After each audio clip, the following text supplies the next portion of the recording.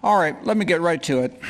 Up front, I want to do two shout outs for the organizing committee. First, somewhat personal. I'm always happy to return home.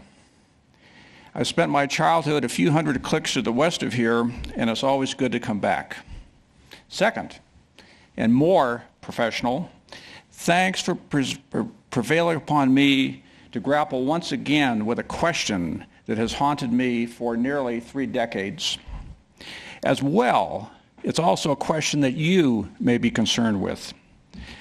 So what exactly is this little question? Who asked it? And why is it so troublesome?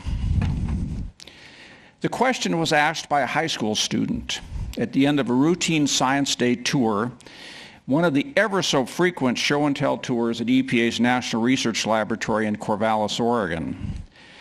Hosting tours is one of those other duties as assigned that we all do. But trust me, these tours are not normally memorable events in the life of a deputy director.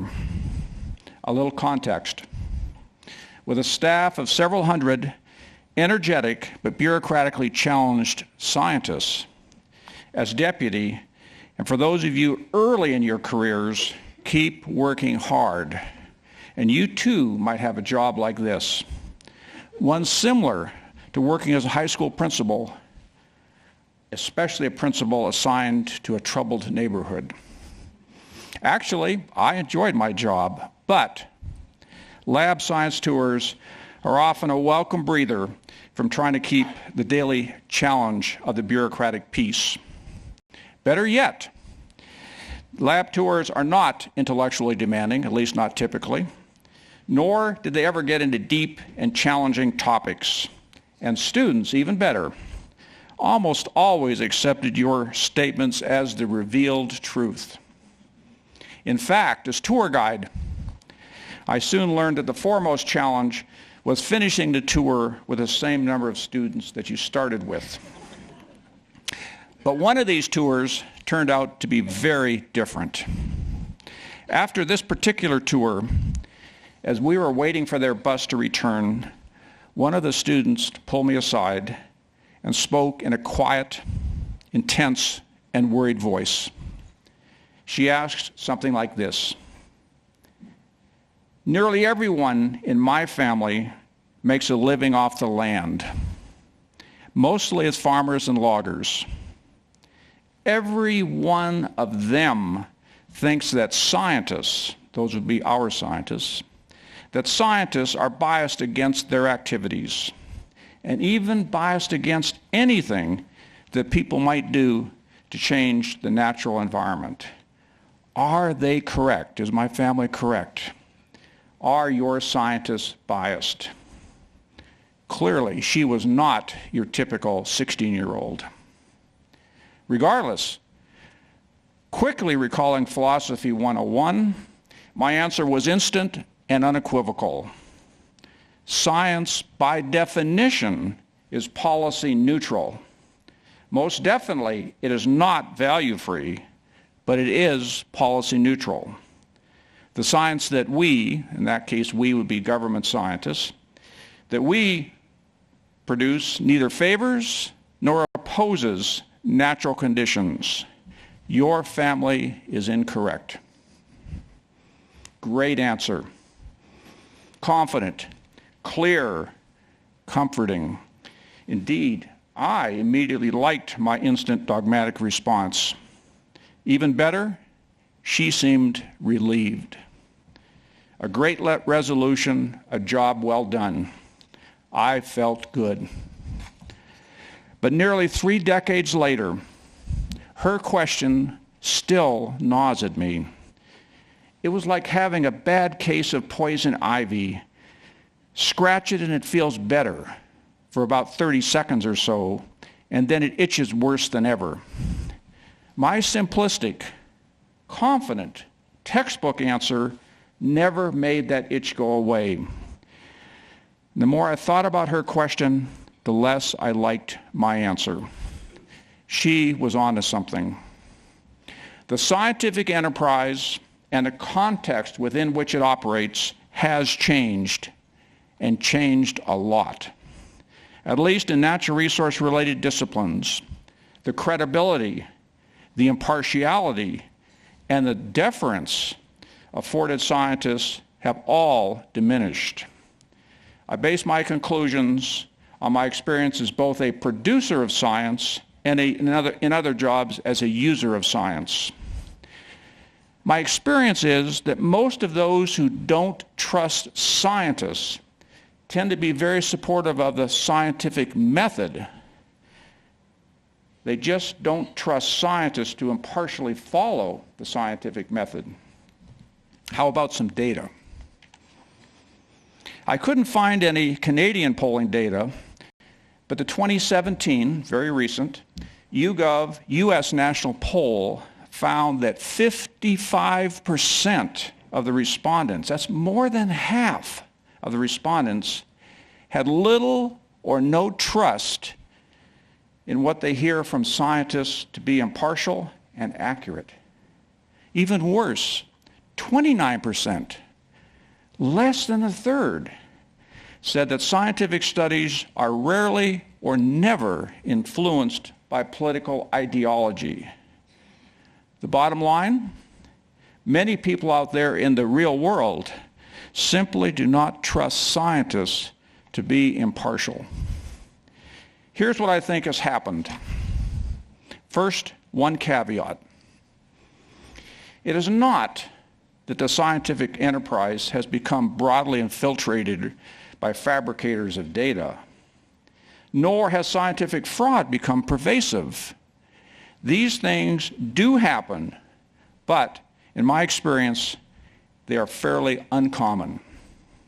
But what is common these days is the tolerance, even encouragement, for scientists to intentionally push science beyond its proper and appropriate boundaries and far beyond the basic standards of the scientific method, the core of the scientific enterprise for the past 300 years.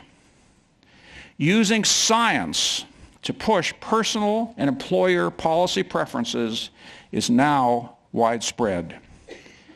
And now such common behavior has consequences for everyone: scientists, natural resource managers, appointed bureaucrats, elected officials, and the public in both Canada and the United States.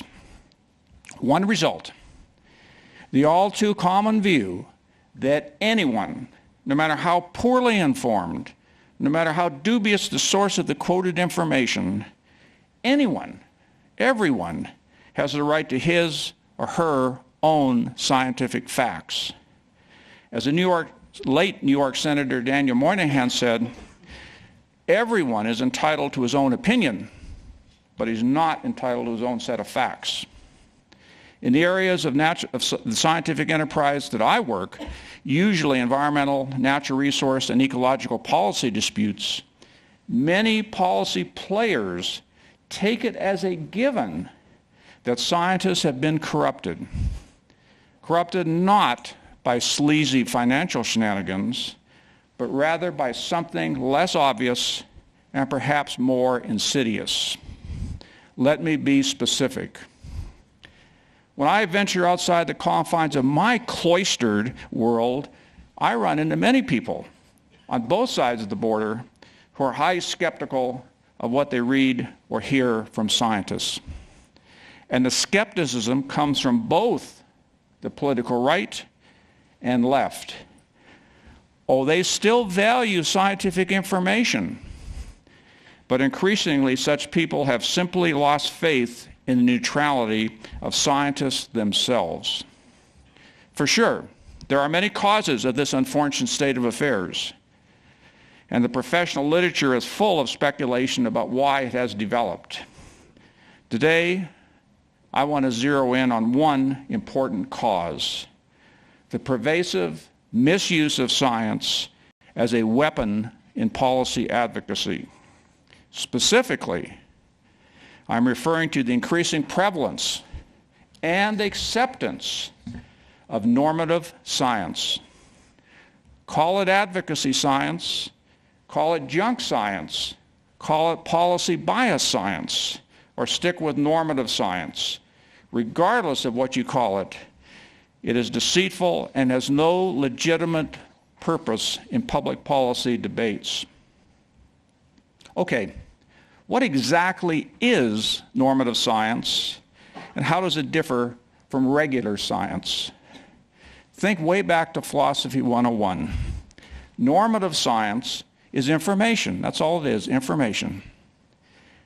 That's developed, presented, or interpreted based on an assumed and usually unstated preference for a particular policy or class of policies. Of course, there are various reasons why people have lost faith in the policy neutrality of scientists, but normative science is a big one. And, more importantly, it's one that we, scientists, can do something about.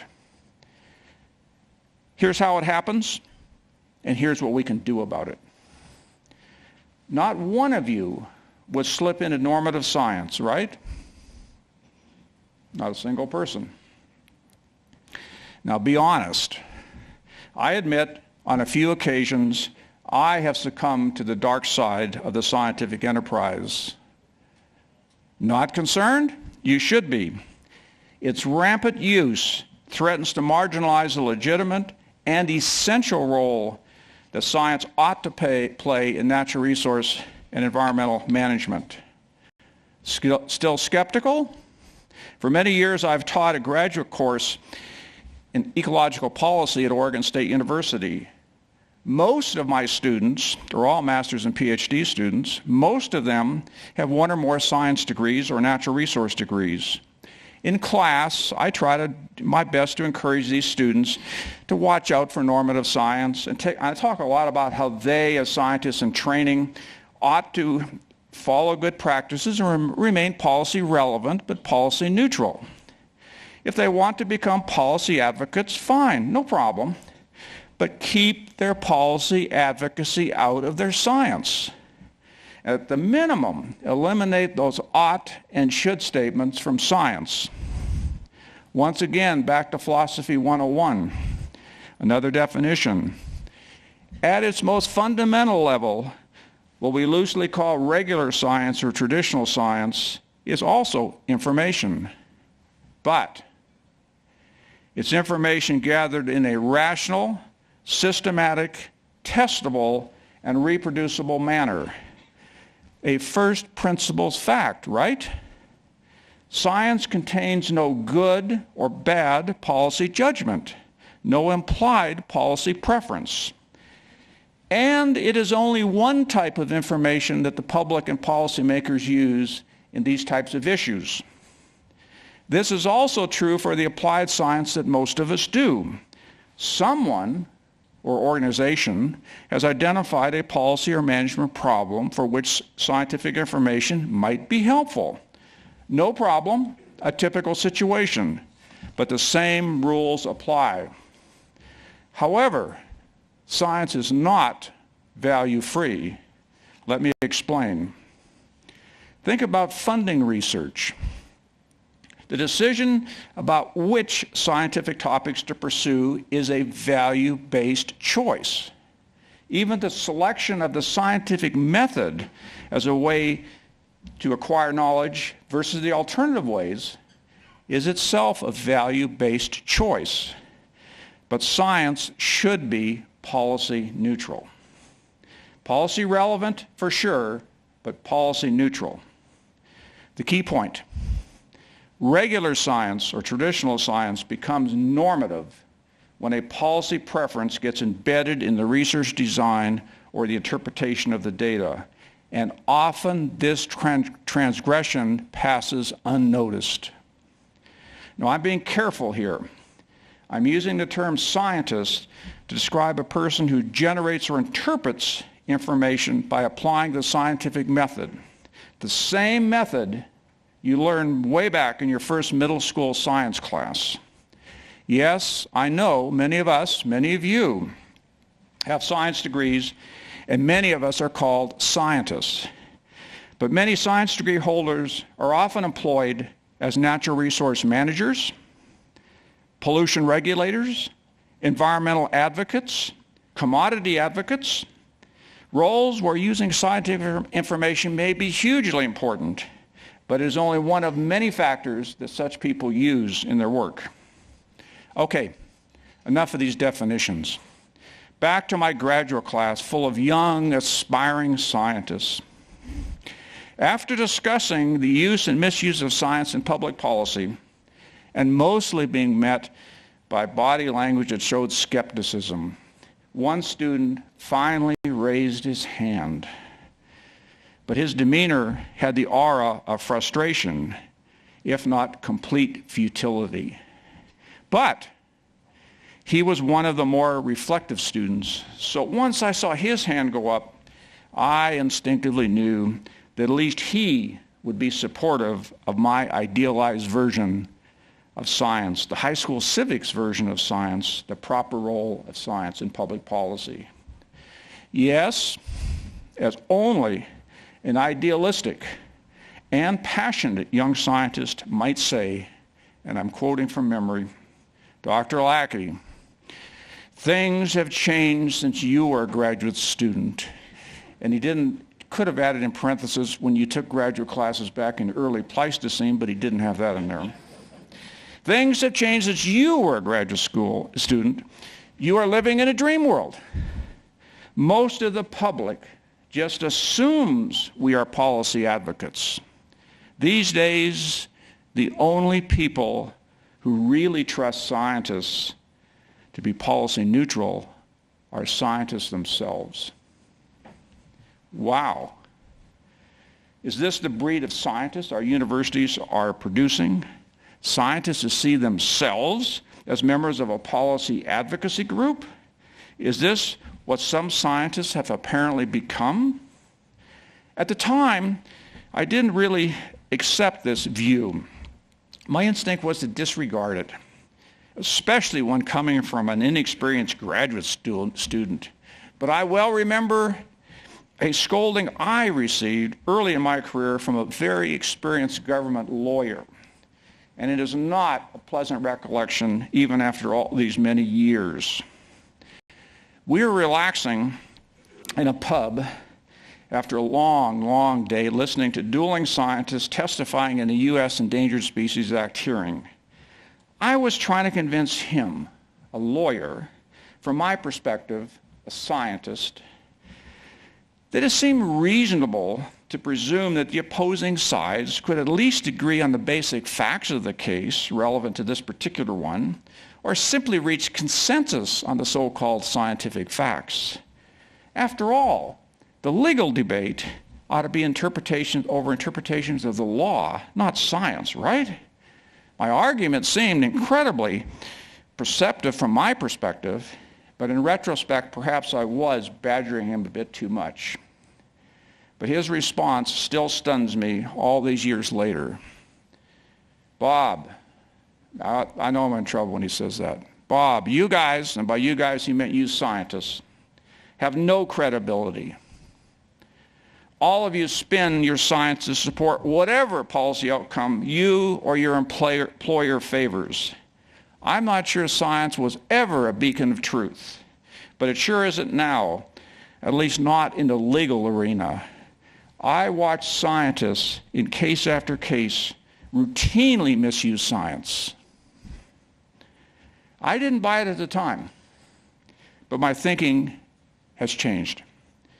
Pick any of today's policy issues: pipelines, wildfire, climate change, GMOs, endangered species, childhood vaccinations, fracking. Much of the public no longer trusts scientists to present just the facts. And it's not only members of the public who are distrustful. Many natural resource managers and policymakers are badgered by self-professed experts wrapped in the accoutrements of science, but corrupting science for use as a policy advocacy weapon. A deplorable state of affairs for sure. Okay, what can scientists themselves do to help clean up this mess? Let me offer a common sense action item that every newly minted scientist and every seasoned scientist can and should adopt. Only one action item, but whether you work for a government agency, a consulting firm, a policy advocacy organization, a business enterprise, or a university, post this item on your office wall. Scientists' preferences, scientists' values, that is, their policy preferences, are no more important than those of anyone else's. Or, let me recite that just slightly differently. Scientists' values, that is, their policy preferences, are not in any way special. They are not. When scientists step outside the bounds of the narrow constraints of science, really our only area of special expertise, we should remember the blunt admonition of Nobel Prize winner Richard Feynman, often called the scientist's scientist. It was Feynman who cautioned us. I believe that a scientist looking at a non-scientific problem is just as dumb as the next guy. And policymaking, most definitely, is not a scientific problem. At its core, policymaking is essentially the process of picking winners and losers. No wonder the game is so contentious. But shouldn't it be reasonable to agree on the scientific facts and let the political process play out? Let the competing values and trade-offs be the core of the process. Apparently not. And worse, think about the practical challenge confronting the public. Who of the many so-called scientists who offer opinions about natural resource management and environmental issues will the public trust? Those employed by the Sierra Club, the Canadian Association of Petroleum Producers, Greenpeace Canada, the Canadian Wind Energy Association, the Union of Concerned Scientists, Monsanto, the United Nations? Not likely. Let me use a final example, one uncomfortably close to our disciplinary homes. How slipping into normative science undermines trust in scientists. Remember that question from the high school student. Is our science biased towards natural? A simple question, but I'm working in academia these days, so a straightforward yes or no will not suffice. To start, put on your science hat. Now that's your science hat. And be honest. Imagine that the public owns a 5,000-acre stand of old-growth spruce. Scientifically, is preserving this landscape preferable to removing the trees to access oil under the same 5,000 acres? It is not.